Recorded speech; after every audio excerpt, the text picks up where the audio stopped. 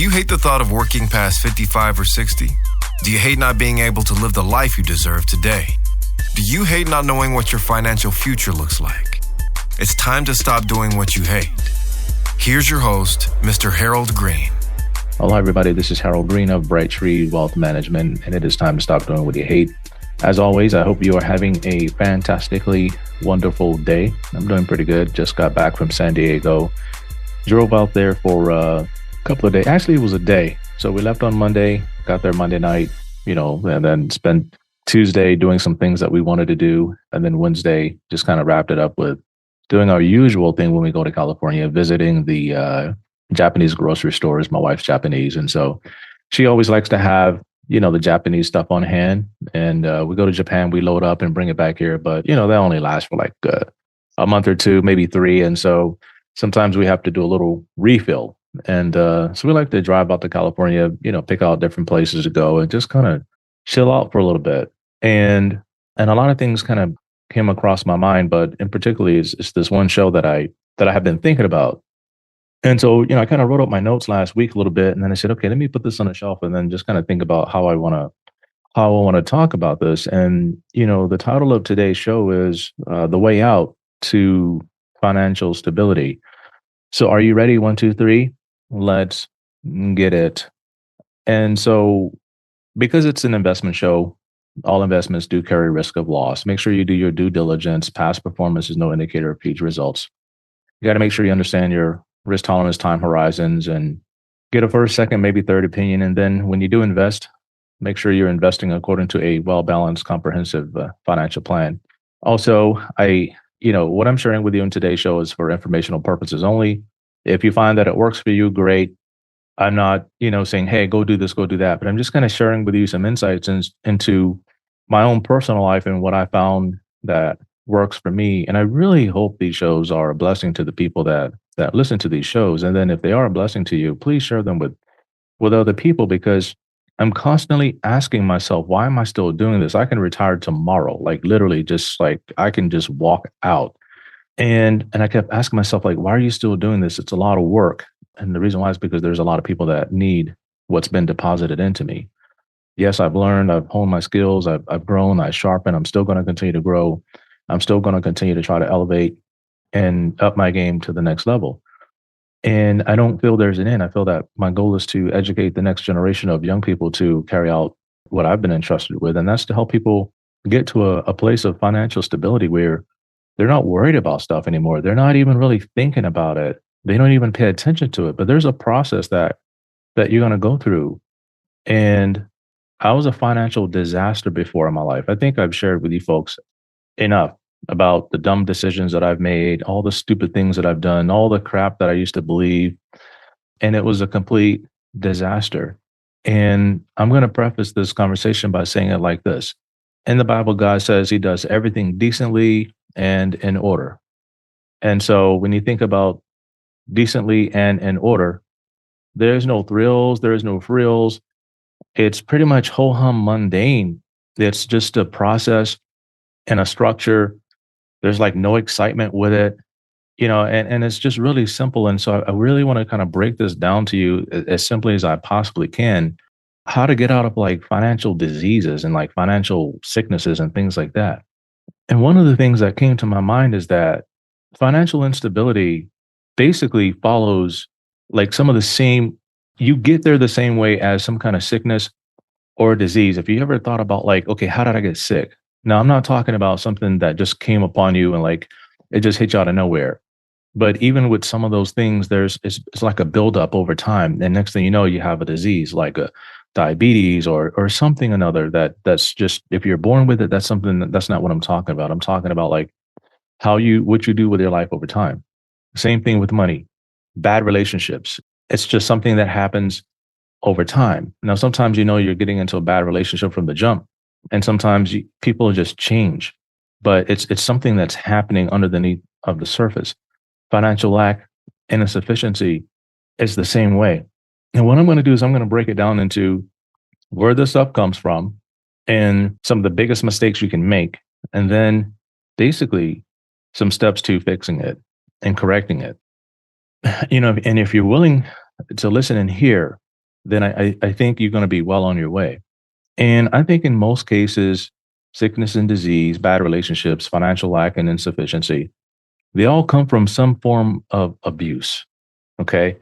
You're abusing your body in one way or the other.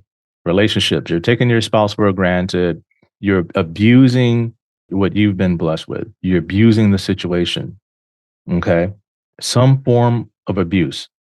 And a lot of times this kind of stems from like, it tends to come from like a lack of knowledge in something or a rejection of the truth.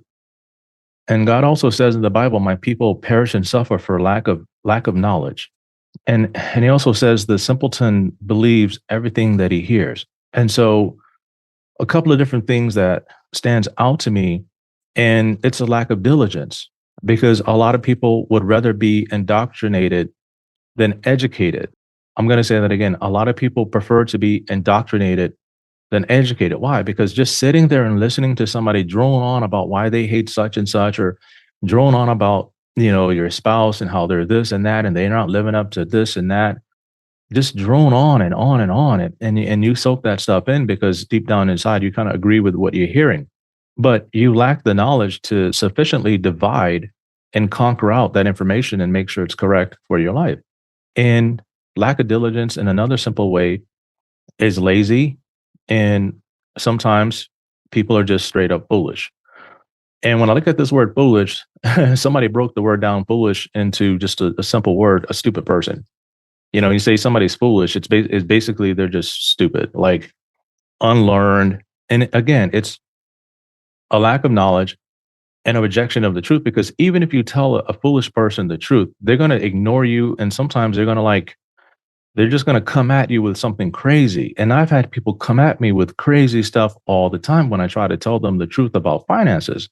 Well, how do you know that works, Harold? Well, how do you know this? And so said this, and I don't believe you. And it's like, well, okay, all right, do what you want.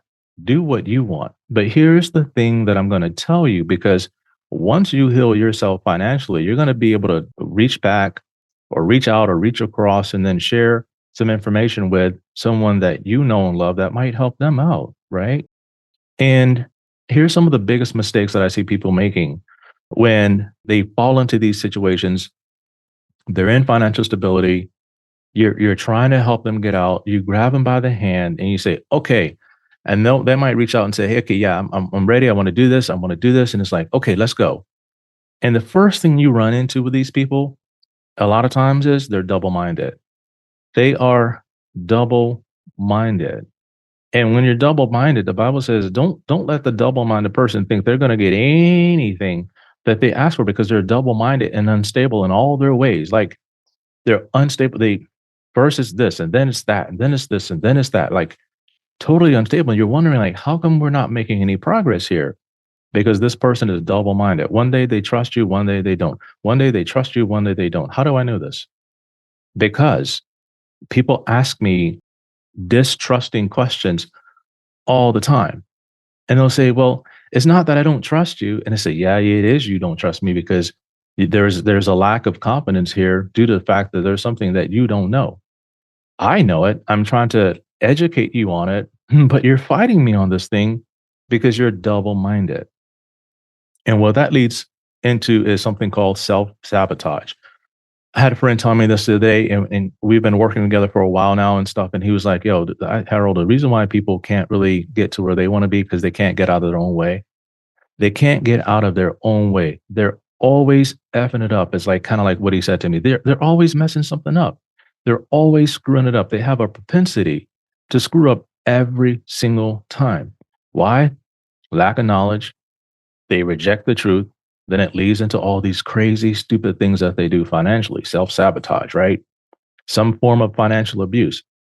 And I've shared this with you on the show before. And if you haven't listened to me before and you're listening to me now, I say money is like your pet, your dog that you love dearly.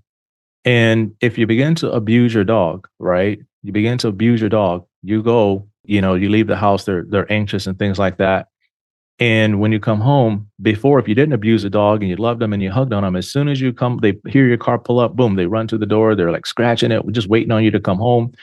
and they jump in your lap and they, lick all over you and stuff like that. But when you start to abuse that dog, when you come home, they are not running to that door. They are not running to that door. They're going to go hide somewhere. And money is the same way. When you begin to abuse money, it will run from you. It will hide from you. And I don't care what you do.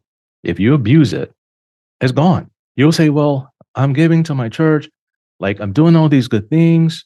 Yeah, but it's kind of like you exercise and then you eat 5 cheeseburgers, right? It's like, yeah, I would exercise, but then you're self-sabotaging yourself, right? You're getting in your own way. And a lot of times people can't get out no matter what you do or how hard you try. They're always getting in their own way. So what I'm going to share with you right now are some steps that you can think about. And if you need to talk to me about them for your own situation, you can just get in contact with me through the website and we can talk about it. But the first thing that you have to do is you have to take the time to learn more. I've heard it said, Harold, I don't know how you became this smart. I said, I barely graduated high school. Like I was a BC student, a BC student at best, right? I was just turned off to the whole process of going to college. And, it's like, for what? Like why? I was just kind of up, I was in a bad mood at that time. So I joined the Navy, got the GI Bill, then figured it out like, hey, dude, you should have went to college before you joined the military. It's too late. Then I'm already in. Then I got married, had 2 kids, and now I'm trying to go to college and work full time, work all the time, and then study at night, go to bed, wake up, study in the morning before I go to work. I mean, I had to hustle and grind because I got the process out of order. Okay. But I took the time to learn and learn and learn, and I'm still learning now. I'm learning about quadratic equations and things like that when it comes to money and all of these other crazy things that we should know or educate ourselves about because it's going to make a big difference in our client's portfolio. But take the time to learn more. And then number 2, you got to question the information that you hear. You have to ask a lot of why questions. Like I'll hear somebody say something and I'm like, what? Okay, if I had to be able, if I could sit down with them in a room, I'll say straight up to their face, is it, why are you saying that? Why do you believe that? Where is your proof? Show me your thesis on this. Okay. You always have to question what you hear. Now, that's if you've taken the time to learn. You can't just blindly question everything without learning anything. I mean, then it's just, no matter how many times somebody tell you the answer, you're going to forget it because you never took the time to learn for yourself. Learn for yourself. Don't just watch a bunch of TV, whether it's this financial show, that financial show, because you don't know why they're saying that stuff. Okay. Why do you believe what you believe? If anyone asks me anything about my investment strategy, I can tell them why I believe what I believe. I can tell them what my thesis is. I can tell them what grounds I'm standing on, because when I'm registered and I'm managing clients' money, I have to have a reason as to why I do what I do. I can't just say, well, I think this stock sounds good. I'm going to buy that today. I think this stock sounds good. I'm going to buy that today. Well, this guy over here said this stock is going to perform this. I'm going to buy that today. SEC's like, no. It doesn't work that way. What is your strategy? What's the risk involved in your strategy? How are you helping to mitigate some of the risk in your strategy? What have been your returns? All of these different things. You have to know what you are doing. And then the third thing you got to do is you got to test it for yourself. Okay. You've educated yourself. You've asked all the questions. Now you got to try to put it to work for yourself, right? Does this work for me? And you take the actions and you do the work. And number 4, and this is the last thing we're going to leave you with. If it works, do more of it. It's simple as that. If it works, do more of it. And that's what I found myself doing in my career. If I found something that works, I did more of it. What does that mean? And this is going to be tough to hear. Losing sleep, right? Waking up early, staying up late. It worked. So guess what? I did more of it. Why could I do that? Because I was young at the time. I was in my 20s and my 30s, and I was hustling like a monster. I wasn't sitting here talking about work-life balance. Like, okay, yeah, I'm going to sleep more. Yeah, I'm going to do this and that. Like, yeah, I'm going to go hang out with Johnny today and we're going to play some golf. Like, no, I was working. I was working because I found something that worked, and I did the work. I took the appropriate action. And here's what I'm going to share with you. This is an investment show, so I did talk to you about that. Investments do carry risk of loss. I figured out that using margin loans when the stock market was beaten all the hell up worked really well, I would begin buying dips on margin loans. At one point, I had $1 million on my margin loan. I mean, $1 million bucks. That was big money for me at the time, but it worked. It worked. Now, was it perfect at times? No. Was it scary at times? Yes. Did I get margin calls at times? Yes, because I was a little bit early to the party, but I reloaded, and I reloaded because I felt like I was on to something. To me, it was like borrowing money to start a business. You will go to the bank and write up a business plan, and you'll ask for $500,000 with no guarantee that that business is going to work.